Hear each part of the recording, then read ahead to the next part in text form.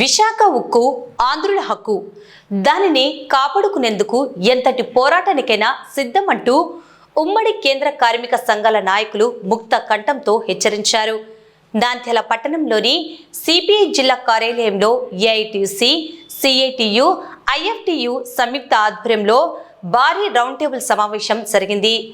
AITUC పట్టణాధ్యక్షులు Srinivasulu, CITU పట్టణాధ్యక్షులు Laxman అధ్యక్షతన జరిగిన ఈ సమావేశానికి కార్మిక సంఘాల జిల్లా ప్రధాన కార్యదర్శులు సుంకయ్య, నాగరాజు, యేసురత్నంలు ముఖ్య అతిథులుగా హాజరై కేంద్ర రాష్ట్ర ప్రభుత్వాల వైఖరిపై తీవ్ర స్థాయిలో ధ్వజమెత్తారు. ఎన్నికల సమయంలో కూటమి ప్రభుత్వం ఇచ్చిన హామీలు కేవలం నీటి మూటలుగానే మిగిలిపోయాయని నాయకులు మండిపడ్డారు.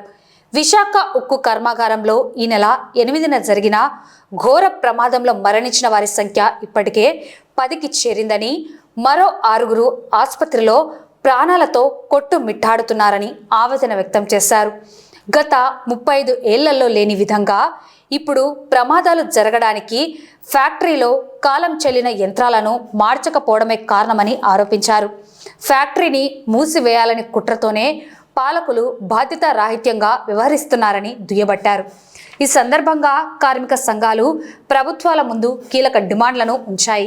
ఈ సమావేశంలో సిఐటియు జిల్లా కార్యదర్శి లక్ష్మణ్, ఏఐటీసీ పట్టణ కార్యదర్శి ధనుంజయ్, వర్కింగ్ ప్రెసిడెంట్ శివరాముడు, మస్తాన్ తదితరులు పాల్గొన్నారు. ప్రభుత్వాలు కార్పొరేట్ సంస్థలకు అనుకూలంగా అదానీ కోసమే పనిచేస్తున్నటువంటి ఈ చర్యను వ్యతిరేకిస్తూ జూలై 3వ తారీఖున నంద్యాల జిల్లా కేంద్రంలో కూడా ఇక్కడ ఉన్నటువంటి ఏఐటీసీ, సిఐటియు, ఐఎఫ్టియు మిగతా సంఘాలతో కూడా మాట్లాడుకొని పెద్ద ఎత్తున ఈ కేంద్ర రాష్ట్ర ప్రభుత్వాల విశాఖ ఉక్కు కార్మికుల ప్రమాదంలోకి న్యాయం చేయకున్నటువంటి చర్యకు వ్యతిరేకంగా పోరాటానికి దిగుతామని చెప్పి సందర్భంగా తెలియజేస్తున్నాం.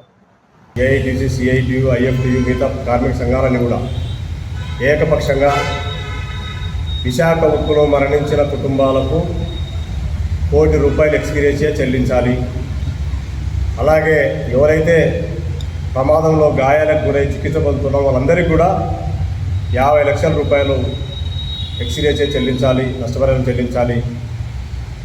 అలాగే ఇప్పుడు జరిగినటువంటి ప్రమాదానికి ప్రధానమైనటువంటి కారణమేమో దాని మీద పూర్తిగా విచారణ జరిపి దీనికి యాజమాన్య వైఫల్యాన్ని గుర్తించి చర్యలు తీసుకోవాలి.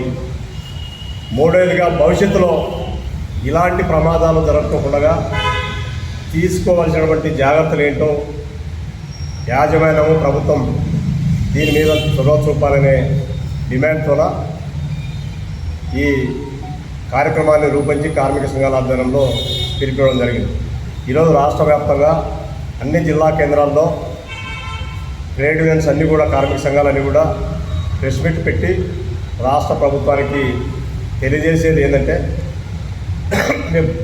జూలై 3వ తేదీన రాష్ట్ర వ్యాప్తంగా అన్ని జిల్లా కేంద్రాల్లోన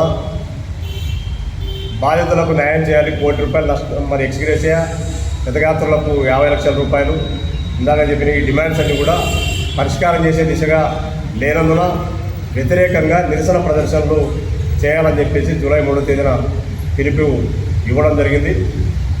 ఈ నంద్యాల జిల్లాలో కూడా, జిల్లాలో ఉన్నటువంటి కార్మిక వర్గం అంతా కూడా ఏదైతే ఈ రాష్ట్రానికి తనమానికమైనటువంటి ఏకైక పెద్ద పరిశ్రమ, మరి వేలాది మందికి ఈరోజు ఉద్యోగాలు ఇస్తున్నటువంటి, 1,00,000కు పైగా ఉపాధి ఇస్తున్నటువంటి మరి విశాఖ ఉక్కు పరిశ్రమను కాపాడుకునేందుకోసం, విశాఖ ఉక్కు ప్రైవేటీకరణ ఆపేందుకోసం, విశాఖ ఉక్కుకు సొంత మైనింగ్ గనులు ఏర్పాటు చేసేందుకోసం, విశాఖ ఉక్కుకు కావలసినటువంటి బడ్జెట్, ప్రత్యేకమైనటువంటి బడ్జెట్ ఇవ్వాలని చెప్పేసి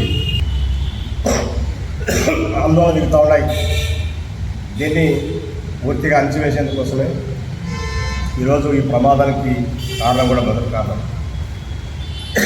గత 35 సంవత్సరాల నుండి జరగనటువంటి ఇలాంటి ప్రమాదాలు ఇప్పుడే జరిగినాయంటే అనేక సంవత్సరాలు ఉన్నటువంటి యంత్రాలు కానీ, అక్కడ ఎక్విప్మెంట్స్ కానీ సక్రమంగా అక్కడ పరిశీలించకపోవడం, దాని మీద చొరవ లేకపోవడమే. ఓకేనా? హెల్త్ బాగాలేదు.